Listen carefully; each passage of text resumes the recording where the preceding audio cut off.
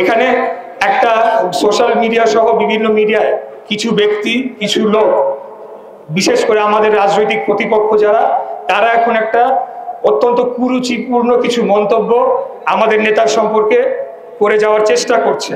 তার পরিপ্রেক্ষিতে আমাদের নেতা জনাব তারেক রহমান আজকে ওনার ফেসবুকে উনি অফিসিয়ালি বক্তব্য দিয়েছেন।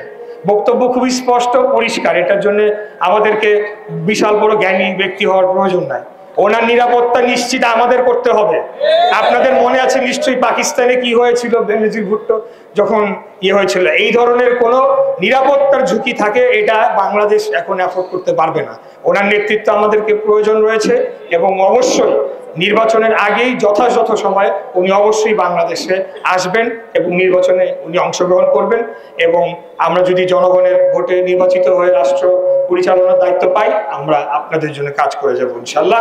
আমরা চাই না 4-5টা মাফিয়া ব্যবসায়ী গ্রুপ তারা বাংলাদেশের 95% অর্থ সম্পদ পকেটস্থ করবে এবং লুটপাট করে দেশের বাইরে নিয়ে যাবে। এটা আমরা আর হতে দেব না।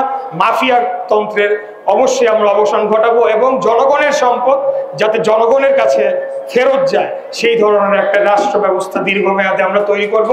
হাসিনারও বিচার হবে, কিন্তু নির্বাচনও হতে হবে। এটা আমরাই নিশ্চিত করব। হাসিনার বিচার যাতে হয়, সকল গুম খুন হত্যাকাণ্ডের যাতে বিচার হয়, সেটা আমরা নিশ্চিত করব।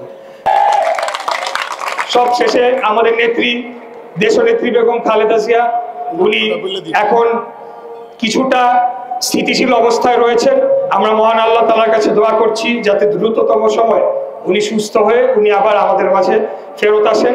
বাংলাদেশ রাষ্ট্রের এখন খালেদা জিয়ার মতো একজন মুরব্বী, যাকে সবাই দল মত ধর্ম বর্ণ নির্বিশেষে, এমনকি বর্তমান সরকার সবাই সেইভাবে সম্মান করে তার কথা শুনে এবং তার দিকে তাকিয়ে আমরা যে আন্দোলনটা আজকে সফল করেছি, ওনার নেতৃত্বেই ছিল। পরবর্তীতে তো ওনাকে যখন কারাগারে প্রেরণ করা হয়, তখন নেতৃত্ব দিয়েছেন আমাদের নেতা দেশনায়ক জনাব তারেক রহমান।